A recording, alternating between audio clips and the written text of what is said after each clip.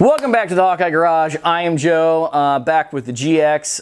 Again, I didn't get to film the 4Runner this week, unfortunately, but we are going to do some more lighting upgrades to the GX, this time thanks to LASFIT auto lighting. You may remember a while ago I did a LASFIT video. They were kind enough to send me a thin line light bar for the 4Runner. Looks awesome in the front of the bumper there.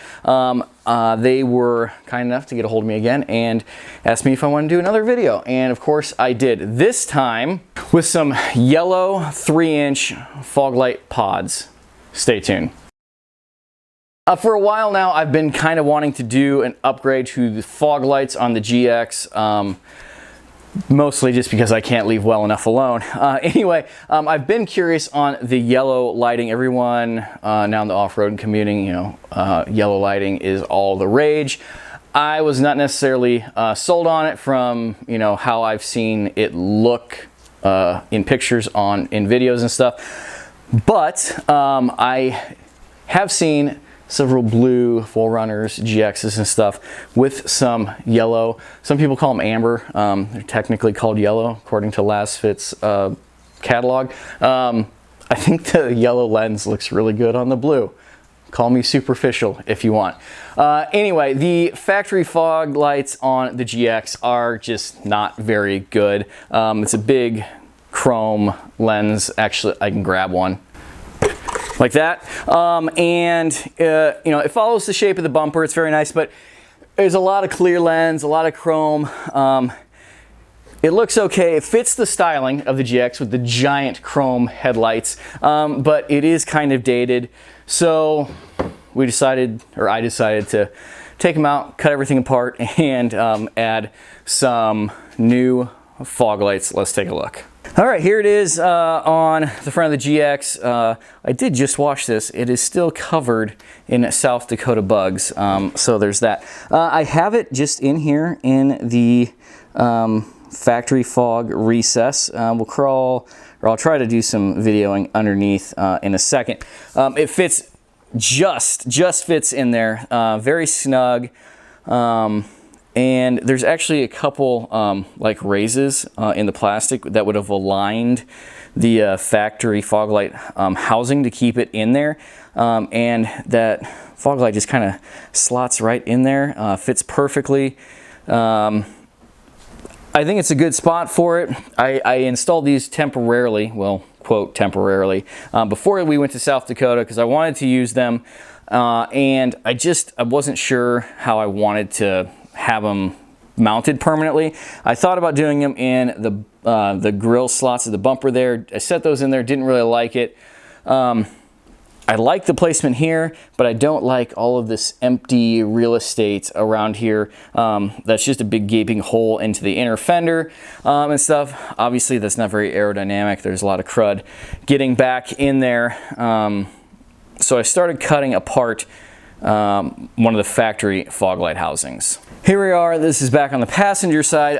After I took my passenger side housing out, I realized that it was actually broken anyway, so it was not gonna go back in very well. So I didn't feel too bad about cutting it apart. And this is what I've ended up with. I bedlined the outside of it just to kind of look like factory textured plastic. I put a bolt through the back of it, and then I put a hole there on the inside of the bumper. And if I wanted to, I could put factory fogs back in here and you wouldn't be able to tell there's a hole there. So that's kind of my thinking there. Tried to put this, let's see if right in there to kind of shield it, which I think looks really good. That bolt does not offer enough support. It's not screwed in right now, obviously, but it's almost that floppy even when it is screwed in. So I like that, that it's in there. I still have a gaping hole here.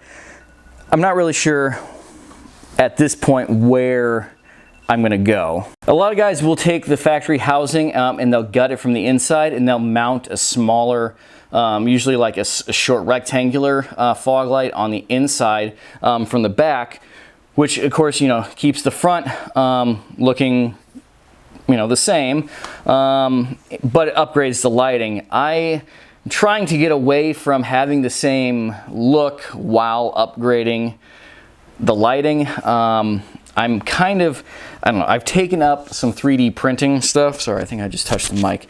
And I'm learning how to do that. I would like to see someone kind of make a blank fronted fog light housing that will bolt in using the factory mounts, so to speak, without the back of the housing, and then you can kind of trim out a hole as you seem fit to put your own fog light in there. Does that make sense? So you kind of have a false front with nothing behind it except for maybe the bolt hole to hold it in place, which is right over here, and then a clip in that back corner, which I think you could do while keeping the whole housing hollow, so that you could mount a light like this and then trim your own hole. Be more aerodynamic. Yes, some air is still gonna get go in there through the light itself, but I really like these fogs. They put out a great amount of light. I have them kind of pointed down so they kind of have the same pattern as the factory fog lights, which is just kind of down and out a little bit off to the sides. Of course, you could aim them however you want. LASFIT does offer these in a regular white light as well, and then like 4 or 5 different beam patterns: a driving pattern, a sport pattern, like a extended fog pattern. I just went with the standard fogs, and I'm really happy with it. Like I said, they've been to South Dakota and back. I've put several thousand miles on them already, and they're really fantastic. I tried crawling up underneath to show you guys how I mounted it, but I couldn't get a good picture of it. There's one bolt that goes through that bracket of the light. I have a little short step bit, and that plastic is just strong enough to mount to. The fact that you can wedge this particular light in that hole and it stays put helps. I just used a little step bit and I drilled the hole by hand. I put a glove on and I just worked, and it really was not difficult at all. And then I went up underneath inside the bumper, used a big fender washer and a lock washer and bolted it in. And like I said, several thousand miles later, they never came loose. They never jiggled around. They didn't like wobble while I was driving. There's plenty of support there. Of course, your installation may vary on how you do it, but there it is. This upgrade is so common on these GXs as far as getting rid of these nasty factory fog housings. If somebody came out with something like that, or I think they'd sell them. I'm still learning the 3D printing stuff. I started teaching myself CAD, or a version of CAD. I'm familiar with the workings and stuff and the ideas of CAD. It's just learning what to call each thing in a program and how to execute that. So maybe that's something we'll see in the future. I really don't know. Head on over to LASFIT's website, link down below, and use the code HawkeyeGarage for 10% off anything in the website. And give me your comments and input down below. Email me, hawkeyeskunkworks@gmail.com. And I think that's about it. Instagram, Facebook, links down below. Hit those up. Hopefully I got my timer going off. I'm roasting coffee beans. It's time to pull those out of the oven. Smoked coffee beans. We'll leave it at that. Anyway, let's go ahead and wrap the video up. Again, questions, comments down below. Email me, hawkeyeskunkworks@gmail.com. Hawkeye Garage gets you 10% off anything over at LASFIT's website.